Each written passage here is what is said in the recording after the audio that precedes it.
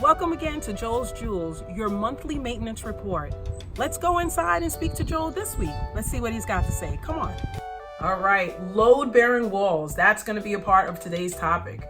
So Joel, one of the things as a real estate agent, when I'm going to show properties, oftentimes my buyers are like knocking on walls or jumping on floors to try to tell what wall is load bearing and whether the house is sturdy. Can you talk to us a little bit about that? What's the best way to really get that information on the home? Well, the best way is take the wall down and see what happens.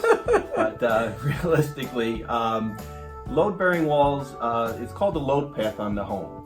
You start with the roof load, and that weight is transferred down through the walls in the house to the foundation.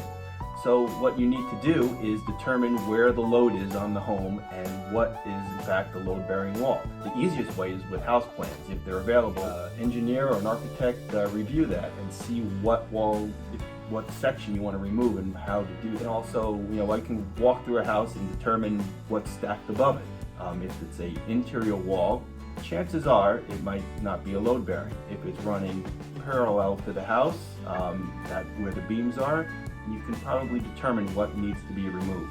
But again, you're going to need an architect or an engineer to determine before you start taking anything out.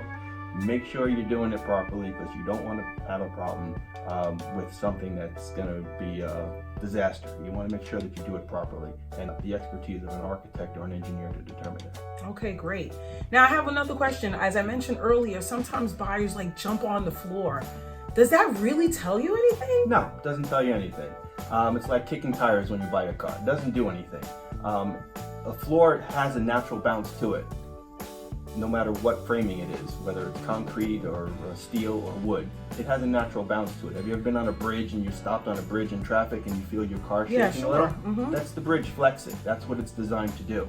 If you go into a home and you have cracked tiles on the floor is very creaky, a wood floor, or obviously if you go in the basement and you see damaged framing members, that's when you have a problem. Okay. But jumping on the floor, it just makes you jump, doesn't do anything. All right, so if you heard it correctly, architect and engineer to figure out load-bearing walls, and jumping on the floor doesn't tell you anything. All right, well, make sure, as always, for your home maintenance, carpentry, renovation needs, please reach out to Joel Zanoff of Zanoff Services. This was Joel's Jewels, and I'm Crystal, making real estate crystal clear.